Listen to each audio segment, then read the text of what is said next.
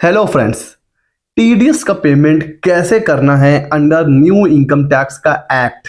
अब ये जो नया इनकम टैक्स का एक्ट है इसमें हमें पता है कि टीडीएस के सारे सेक्शंस जो हैं वो चेंज हो चुके हैं और जो अलग अलग सेक्शंस नंबर थे उनको अब याद रखने की कोई नीड नहीं है।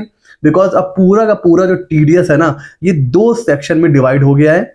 इजी, जैसा कि कहा गया है कि एक्ट को हमको इजी बनाना है तो अलग अलग सेक्शंस को हटा के सिर्फ दो सेक्शन में पूरा टीडीएस का सेक्शन डिवाइडेड है। जैसा कि सैलरी की बात करें तो वो पहले था 192, वो हो गया है अब 392। तो सेक्शन 392 है सैलरी के टीडीएस का। उसके अलावा जितने भी टीडीएस हैं अदर देन सैलरी 193 से लेकर 194 तक वो सारे के सारे सेक्शंस जो हैं वो सेक्शन 393 में चले गए हैं under new income tax act. तो अब जब सेक्शन चेंज हो गए हैं तो ऑब्वियस सी बात है उनका जो टीडीएस पेमेंट का मेथड है वो भी कुछ ना कुछ चेंज जरूर हुआ होगा। इस वीडियो में हम लोग पोर्टल पर चलेंगे और देखेंगे कि टीडीएस का जो पेमेंट है वो कैसे करना है अंडर न्यू इनकम टैक्स का एक्ट। और एक सेक्शन 394 भी आप ले सकते हो, वो टीसीएस का है। ठीक है, तो 392 सैलरी, सैलरी के अलावा जितने भी टीडीएस है वो 393 और टीसीएस को ऐड कर लीजिए 394। तो इसी में पूरा टीडीएस और टीसीएस का पूरा सेक्शन डिवाइडेड है। ठीक हो गया जी। आइए मैं आपको लेके चल रहा हूं पोर्टल के ऊपर। सेम लॉगिन करने के बाद आप ई फाइल पे जाओगे और ई पे टैक्स पे जाओगे। फिर वहां पर आपको दो ऑप्शन दिखेगा। अब यहाँ पर है ओल्ड एक्ट का पेमेंट और न्यू एक्ट का पेमेंट। तो हमें न्यू इनकम टैक्स एक्ट 2025 इसको करेंगे सेलेक्ट और करेंगे कंटिन्यू। तो अब यहां तक तो देखिए चीजें सेम है। अब यहां पर हम जाएंगे और न्यू पेमेंट पे करेंगे क्लिक। न्यू पेमेंट पे क्लिक करने के बाद अब यहां पर असेसमेंट फाइनेंशियल ईयर नहीं टैक्स ईयर आएगा, क्योंकि हमें पता है न्यू आईटी एक्ट में अब टैक्स ईयर का ही कॉन्सेप्ट है। तो 26-27 पे करेंगे क्लिक और यहां से देखिए ऑप्शन आ रहा है पे टीडीएस और टीसीएस। नीचे देखिए सेक्शंस आ रहे हैं 392, 393, 1, 2, 3। करेंगे प्रोसीड। प्रोसीड करने के बाद यहां पर एक छोटा सा चेंज है। पहले सिर्फ ऑप्शन आता था कंपनी डिडक्टी और अदर देन कंपनी डिडक्टी। अभी यहाँ पर एक ऑप्शन और आ रहा है रेसिडेंट और नॉन रेसिडेंट का। तो यहाँ से जो भी ऑप्शन है कंपनी डिडक्टी कर लेंगे सेलेक्ट और यहाँ से कर लेंगे रेसिडेंट डिडक्टी और करेंगे कंटिन्यू के ऊपर क्लिक। अब जैसे ही कंटिन्यू भी क्लिक करेंगे तो पहले अगर आपको याद हो ओल्ड सेक्शन में अलग अलग ओल्ड मतलब जो एक्ट है उसमें अलग अलग सेक्शन को सेलेक्ट करने के लिए बुलेट पॉइंट्स आते थे। यहाँ पर क्या है, यहाँ पर आपको हेडिंग के में अंदर आपको क्या करना है, टैप करना है, फिर वहां पर आपको हेडिंग में जाके चूज करना है। तो एक तो यहाँ पर आप टाइप कर सकते हो और अगर आपको आपका सीरियल नंबर याद है तो आप सीधे जाके वहां पर सेलेक्ट भी कर सकते हो ड्रॉप डाउन से। अब यहाँ पर ना एक छोटा सा चेंज करना चाहिए था पोर्टल में।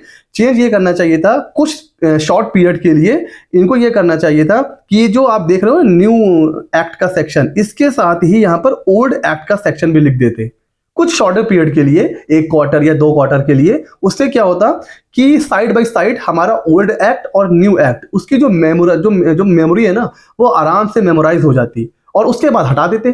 कुछ टाइम चलने के बाद हटा देते। उससे क्या होता ना कि जो लोग ओल्ड एक्ट के साथ फैमिलियर हैं उनको ढूंढने में बड़ा आसान हो जाता। वो पुराना एक्ट पुराना सेक्शन टाइप करते और उनके सामने नया सेक्शन आ जाता। तो जो ट्रांजिशन है तो थोड़ा सा स्मूथ हो जाता।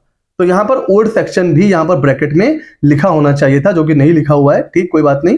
अब यहाँ से अगर आपको क्योंकि नया एक्ट है नए सेक्शन है नहीं ढूंढ पा रहे हो तो आप यहाँ से टाइप भी कर सकते हैं। जैसे अगर आपको सैलरी करना है तो देखिए सैलरी का यहाँ पर ऑप्शन आ ही जाएगा यहाँ से।